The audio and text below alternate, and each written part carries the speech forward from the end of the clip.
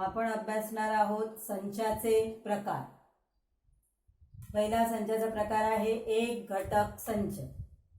ज्या संचात फक्त एकच घटक असतो अशा संचास एक घटक संच असे म्हणतात। उदाहरणार्थ ए हा सममूळ संख्यांचा संच आहे।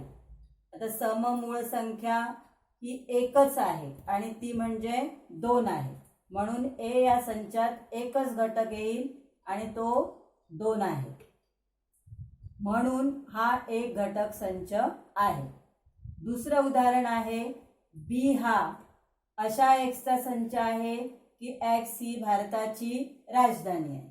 आता भारताची राजधानी एकच आहे आणि ती म्हणजे दिल्ली, आणि म्हणून या संचात एकच घटक येईल, तो आहे दिल्ली, म्हणून हा ही एक घटक संच आहे। म्हणजे संचामध्ये एकच घटक असेल तर त्या संचास एक घटक संच असे म्हणतात। दुसरा संचाचा प्रकार आहे रिक्त संच। ज्या संचात दिलेल्या गुणधर्माचा एकही घटक नसतो त्या संचास रिक्त संच असे म्हणतात। म्हणजे त्याच्यामध्ये कोणताही घटक येणार नाही, अगदी शून्य सुद्धा नाही। उदाहरणार्थ पी हा अशा एक्सचा संच आहे की एक्स ही 2 व 3 मधील नैसर्गिक संख्या आहे। आता नैसर्गिक संख्या आपल्याला माहिती आहे 1 पासून सुरुवात होतात, 1 2 3 4 अशा सगळ्या संख्या आहेत। मग 2 आणि 3 याच्यामध्ये कोणतीच नैसर्गिक संख्या नाही, म्हणजे त्यामुळे या संचामध्ये कोणताही घटक येणार नाही। हा संच रिकामा असेल, आतमध्ये शून्य लिहायचं नाही, कोणताही घटक नाही म्हणजे शून्य नाही। शून्य हा सुद्धा एक घटक आहे, त्यामुळे इथे काहीच येणार नाही, रिक्त रिकामी जागा फक्त। दुसरं उदाहरण आहे एच हा अशा टीचा संच आहे की टी हा 4 बाजू असलेला त्रिकोण आहे।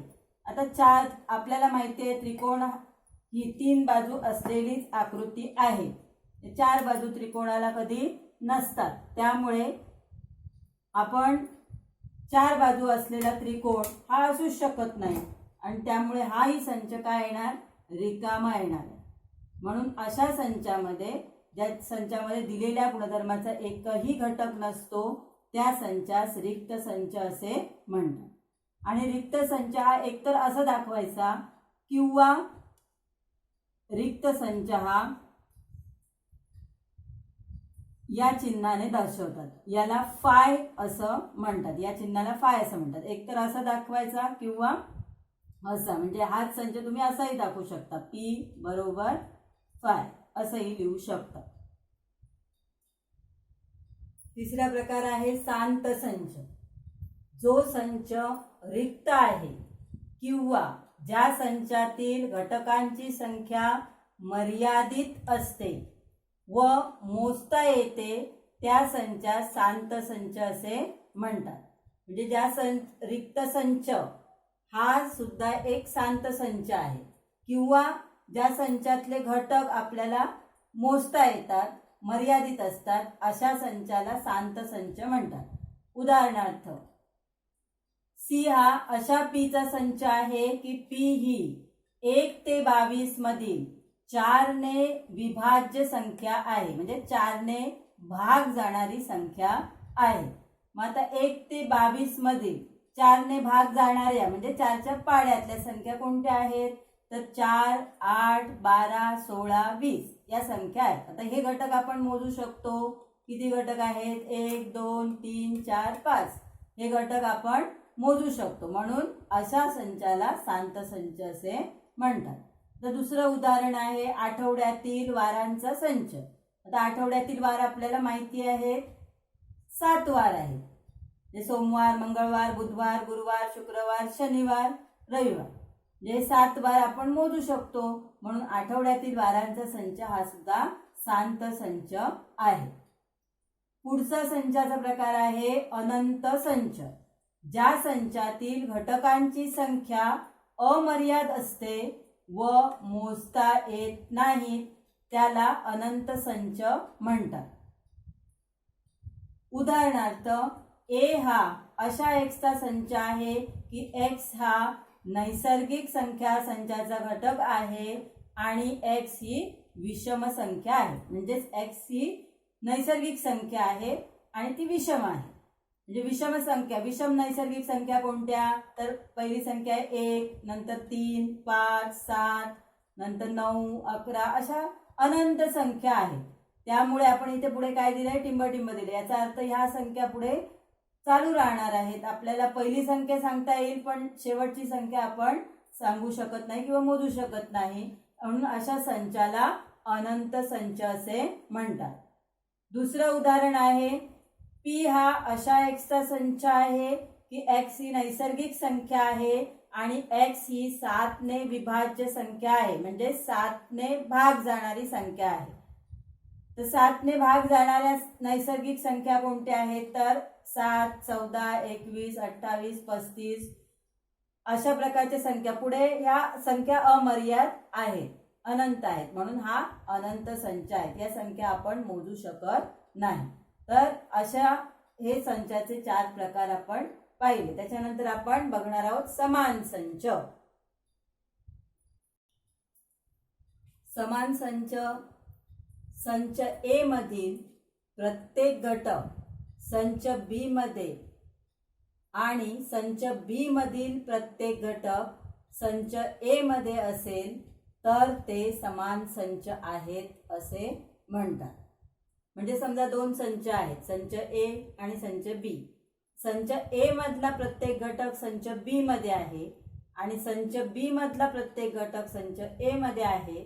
अशी जर कंडिशन असेल तर ते दोन्ही संच हे समान असतात. उदाहरणार्थ ए हा अशा एक्सचा संच आहे की एक्स हे लिसन या शब्दातील अक्षर आहे. मग आता हा संच कसा येईल? तर लिसन या शब्दांमधले हे जी 6 अक्षर आहेत ती 6 अक्षर या संचामध्ये येतील. L, I, S, T, E आणि एन. बी संच आहे. बी हा अशा वाय घटकांचा संच आहे की वाय हे सायलेंट या शब्दातील अक्षर आहे. तर सायलेंट या शब्दामध्ये पण 6 अक्षर आहेत. S, I, L, E, N, T. आता या दोन्ही संचाचा विचार केला किंवा निरीक्षण केलं तर आपल्याला असं दिसेल की संच ए मधला प्रत्येक घटक हा संच बी मध्ये आहे आणि संच बी मधला प्रत्येक घटक हा संच ए मध्ये आहे. आता क्रम त्याचा वेगळा आहे. आता इथे एल पहिला आहे, इथे एल तिसऱ्या क्रमांकावर आहे. आय इथे दुसरा आहे, इथेही दुसरा आहे. एस तिसरा आहे, इथे एस पहिला आहे. म्हणजे क्रम अक्षरांचा उलट सुलट आहे परंतु अक्षर तीच आहेत. म्हणजे घटक तेच आहेत. तर म्हणजेच याच्यातले सर्व घटक दोन्ही संचातले सर्व घटक हे समान आहेत आणि म्हणून ए व बी हे संच समान आहेत. समान आहेत.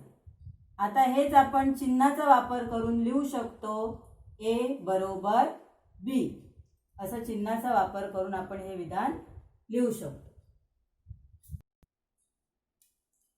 आता दुसरं उदाहरण बघू. ए हा अशा एक्सचा संच आहे की एक्स बरोबर 2n. एन ही नैसर्गिक संख्या आहे आणि एन हा 0पेक्षा मोठा आणि 5 पेक्षा लहान आहे. तर या संचामध्ये कोणते घटक येतील? समजा 2 आहेतच पण एनच्या जागी 1 ठेवला तर 2 गुणिले 1 म्हणजे येणार 2. एनच्या जागी 2 ठेवला तर 2 गुणिले 2 म्हणजे 4. 3 ठेवला तर 2 गुणिले 3 बेत्रिक 6. 4 ठेवला तर 8. 5 ठेवला तर 10. मॅक्झिमम किती आहे? यांची संख्या 5 पर्यंत आहे. तर आपण आपल्याला या संचामध्ये हे घटक मिळतील 2, 4, 6, 8, 10. बी संच कोणता आहे? तर बी हा अशा वाय घटकांचा संच आहे की वाय ही समसंख्या आहे. आता समसंख्या आहे. पुढे वाय बद्दल काय माहिती दिली आहे? तर वाय हा 1 पेक्षा मोठा आहे आणि 10 पेक्षा लहान किंवा 10 आहे, म्हणजे 10 हा अंक त्यामध्ये येणार आहे. मग आता 1 पेक्षा मोठी समसंख्या आहे 2, 4, 6, 8 आणि 10. आता पुन्हा लक्ष दिलं आपण तर लक्षात येईल हे या संचातले घटक आणि बी संचातले घटक दोन्ही समान आहेत, म्हणून आपण लिहू शकतो ए बरोबर बी.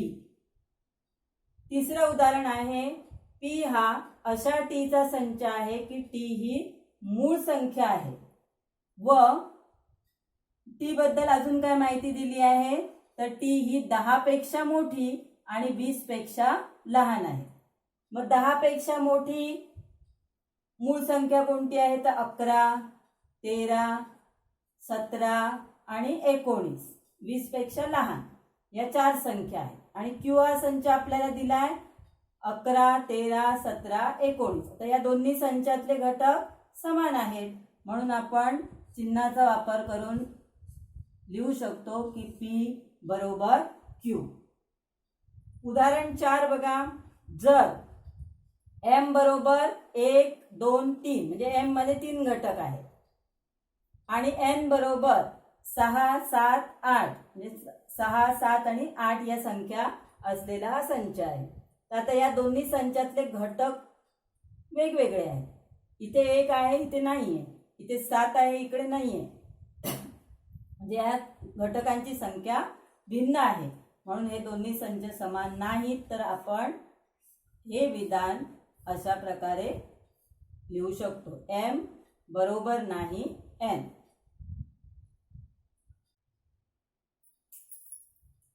आता आपण अभ्यासणार आहोत सराव संच 1.2. 1.2 मधला पहिला प्रश्न आहे खालीलपैकी कोणते संच समान आहेत व कोणते नाहीत ते सकारण लिहा. याच्यामध्ये 3 संच दिलेले आहेत, संच ए, संच बी आणि संच सी. आता मी हे उत्तर लिहिलेलं आहे, प्रश्न नाही. प्रश्न तुम्ही पुस्तकात पहा. ए हा अशा एक्सचा संच आहे की 3x - 1 बरोबर 2. म्हणजेच हे जे समीकरण दिलंय 3x - 1 बरोबर 2 हे समीकरण सोडवल्यानंतर x ची जी किंमत मिळेल ती किंमत म्हणजे या संचाचा घटक आहे. मग आपल्याला पहिल्यांदा हे जे समीकरण आहे ते सोडवायचं आहे. तर समीकरण आहे 3x - 1 बरोबर 2. आता हा एक या साईडला आला तर 3x बरोबर 2 अधिक 1. मग 3x बरोबर 2 अधिक 1 3, म्हणून x बरोबर 3/3. हे 3 इकडे गुणिले आहेत, इकडे आल्यानंतर भागिले होतील, म्हणून x बरोबर 1. या x ची किंमत आपल्याला 1 मिळाली. म्हणजे संच ए चा एकच घटक आहे आणि तो 1 आहे. संच बी आहे. संच बी हा अशा एक्सचा संच आहे की x ही नैसर्गिक संख्या आहे, पण x मूळही नाही आणि संयुक्तही नाही. म्हणजे मूळ संख्या सुद्धा नाही आणि संयुक्त संख्या सुद्धा नाही. मग मूळ संख्या नसलेले आणि संयुक्त संख्याही नसलेली एकच संख्या आहे, ती म्हणजे 1. म्हणून या संचामध्ये सुद्धा घटक 1 येईल. आता तिसरा संच सी संच आहे. सी हा अशा एक्सचा संच आहे की x हा नैसर्गिक संख्येचा घटक आहे आणि x हा 2 पेक्षा लहान आहे. आता नैसर्गिक संख्या आपण अभ्यासलेल्या आहेत त्या 1 पासून सुरुवात होतात. 1, 2, 3, 4 अशा अनंत संख्या आहेत. मग आता 2 पेक्षा लहान नैसर्गिक संख्या कोणती असेल तर 1 आहे, म्हणून याही संचामध्ये 1 हा घटक येणार आहे. आता हे जे पहिलं विधान आहे त्याला आपण विधान 1 म्हणू. बी संचाला विधान 2 आणि सी संच जो मिळाला त्याला आपण विधान 3 म्हणू. मग 1, 2 व 3 वरून निरीक्षण केलं तर काय दिसतंय आपल्याला तर उजवी बाजू जी आहे ती प्रत्येकाची समान आहे. इकडे संचामध्ये एक घटक आहे, इकडे पण संचात तोच घटक आहे आणि इकडेही संचात तोच घटक आहे. याचाच अर्थ ए, बी आणि सी हे तीनही संच समान आहेत. म्हणून ए बरोबर बी बरोबर सी. उदाहरण दुसरे आहे, ए व बी समान आहेत का ते सकारण लिहा. या उदाहरणामध्ये सुद्धा दोन संच दिलेले आहेत. ते संच आधी पहिल्यांदा आपल्याला यादी पद्धतीने लिहायचे आहेत आणि मग त्यांच्यामध्ये तुलना करायची. समान आहेत का असमान आहेत ते आपल्याला निरीक्षणावरून ठरवायचं आहे. मग आता ए हा सममूळ संख्यांचा संच आहे. आता हे बऱ्याच वेळा आलेलं आहे. सममूळ संख्या ही एकच आहे, ती म्हणजे 2 आहे. म्हणून या संचामध्ये एक घटक येईल, तो 2 आहे. बी बरोबर, बी हा अशा एकचा संच आहे की 7x - 1 बरोबर 13. म्हणजे या संचाप्रमाणे आपल्याला हे समीकरण दिलेलं आहे, ते समीकरण सोडवायचं आहे. समीकरण सोडवल्यानंतर x ची जी किंमत मिळेल ती संच b चा घटक आहे. मग आता हे पहिलं समीकरण सोडवू आपण. 7x - 1 बरोबर 13. 7x बरोबर हा 1 या साईडला आला तर 13 अधिक 1. 7x बरोबर 14. x बरोबर हे 7 गुणिले आहेत, इकडे आल्यावर भागिले होतील. 7x बरोबर 14/7 म्हणून x बरोबर 2. जे x बरोबर 2 ही किंमत मिळाली. घटक येईल 2. संच ए मधला पण घटक आहे 2 आणि संच बी मधला पण घटक मिळाला 2. हे आपलं विधान 2 आहे. मग विधान 1 व 2 वरून दोन्ही संचातले घटक समान आहेत. ए आणि बी संचातले घटक समान आहेत म्हणून ए बरोबर बी असं आपण लिहू शकतो. तिसरं उदाहरण आहे, खालीलपैकी कोणते संच रिक्त आहेत ते सकारण लिहा. आता रिक्त संच 3 संच दिलेले आहेत. संच ए, संच बी आणि संच सी. यामधले रिक्त संच कोणते आहेत ते आपल्याला पाहायचं आहे. मग हा संच जो आहे तो गुणधर्म पद्धतीने दिलेला आहे, तो पहिला यादी पद्धतीने लिहायचा आहे. पहिलं काय आहे तर ए हा अशा एचा संच आहे की ए ही शून्यापेक्षा लहान असणारी नैसर्गिक संख्या आहे. आता नैसर्गिक संख्या 1 पासून सुरुवात होतात. 1 2 3 4 5 6 अशा. म्हणजे शून्यापेक्षा लहान, शून्य ही नैसर्गिक संख्या नाहीच आहे आणि शून्यापेक्षा लहान नैसर्गिक संख्या विचारलेली आहे. म्हणजे शून्य ही सुद्धा नैसर्गिक संख्या नाही, तर शून्यापेक्षा लहान नैसर्गिक संख्या असण्याचा प्रश्न येत नाही. म्हणजे शून्यापेक्षा लहान नैसर्गिक संख्या नाही, म्हणजे या संचामध्ये काही येईल का?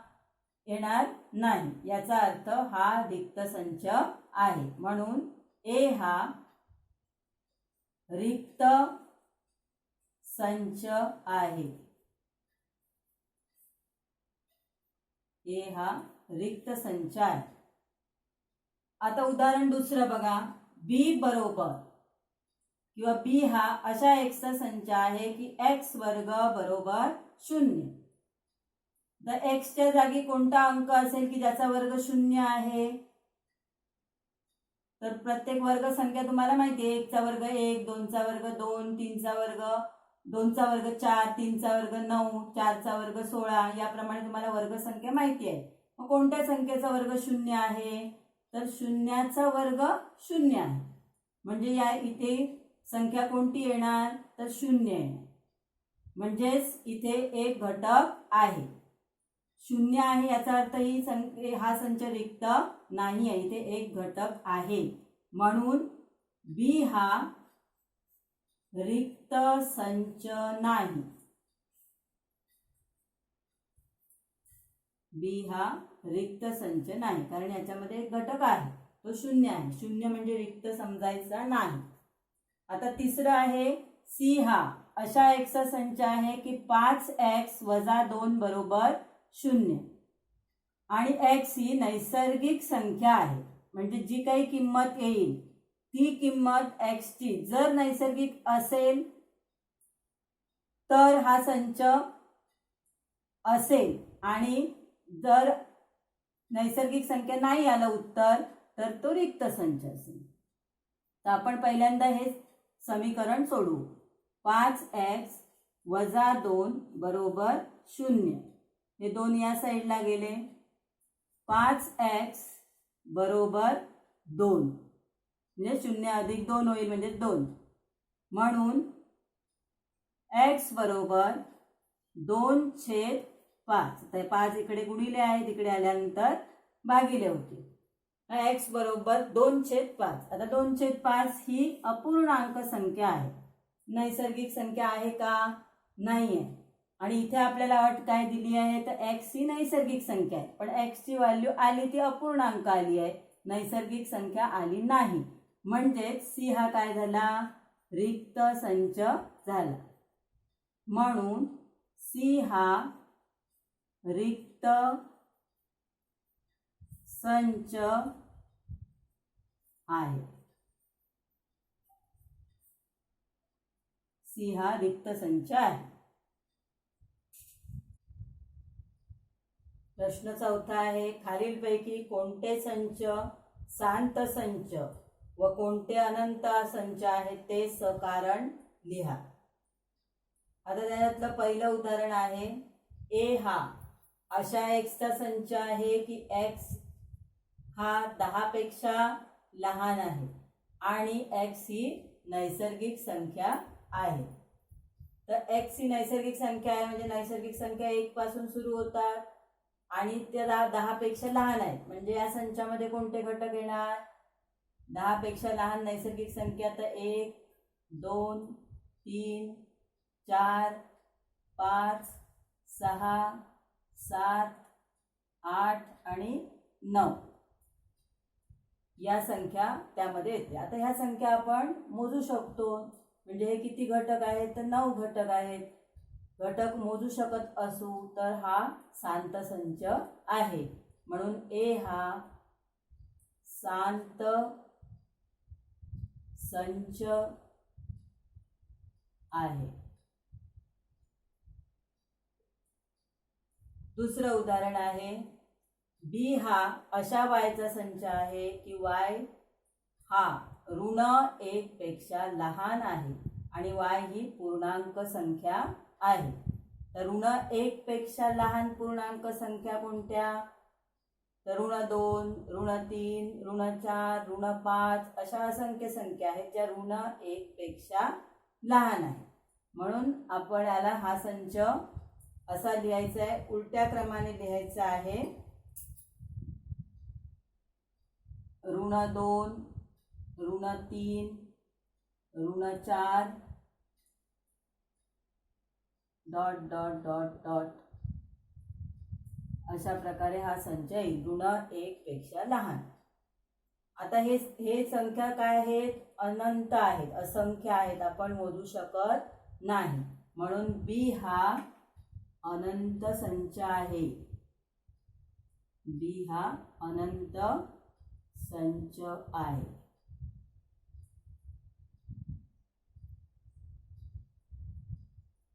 आता तिसरं आहे, सी हा तुमच्या शाळेतील 9वी मधील विद्यार्थ्यांचा संच आहे. आता 9वी मधील विद्यार्थी, 9वी मध्ये अ ब क ड काही तुकड्या असतील तर त्यामधील विद्यार्थी आपल्याला मोजता येतात. म्हणून सी हा कोणत्या प्रकारचा संच असेल? शांत संच. सी हा शांत संच आहे.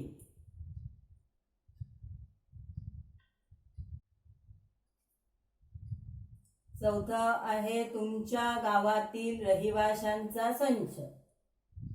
आता गावातील रहिवासी आपण मोजू शकतो ना. गावातील रहिवासी मोजू शकतो, शहरातील रहिवासी मोजू शकतो, देशातील रहिवासी मोजू शकतो. त्यामुळे हा जो संच आहे तो शांत संच आहे. गावातील रहिवासी मोजता येतात.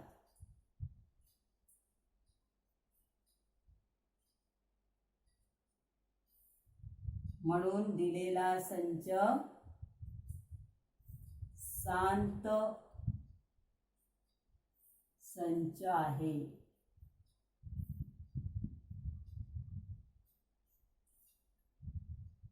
आता 5वा प्रश्न आहे प्रयोगशाळेतील उपकरणांचा संच. तर प्रयोगशाळेतील उपकरण आपण मोजू शकतो, त्यामुळे हा संच देखील शांत संच आहे. प्रयोगशाळेतील उपकरणे मोजता येतात.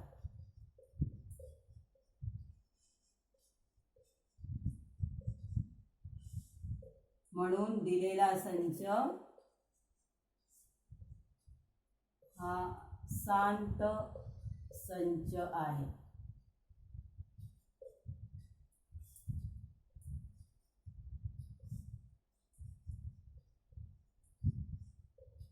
पुढे आहे पूर्ण संख्या संच. तर पूर्ण संख्या कुठून सुरुवात होतात? शून्यापासून. 0, 1, 2, 3, 4, 5 अशा अनंत संख्या आहेत ज्या मोजता येत नाही. पूर्ण संख्या या असंख्य आहेत किंवा अनंत आहेत,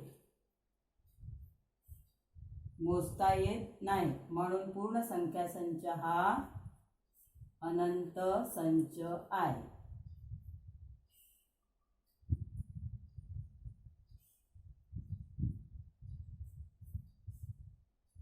त्याचप्रमाणे शेवटचं उदाहरणही अशाच प्रकारे लिहायचं आहे. परिमेय संख्या संच.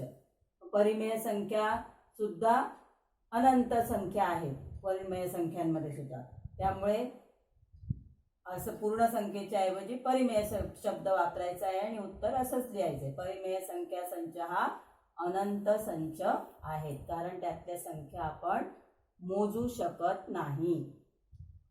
अशा प्रकारे आपलं 1.2 संपलेलं आहे.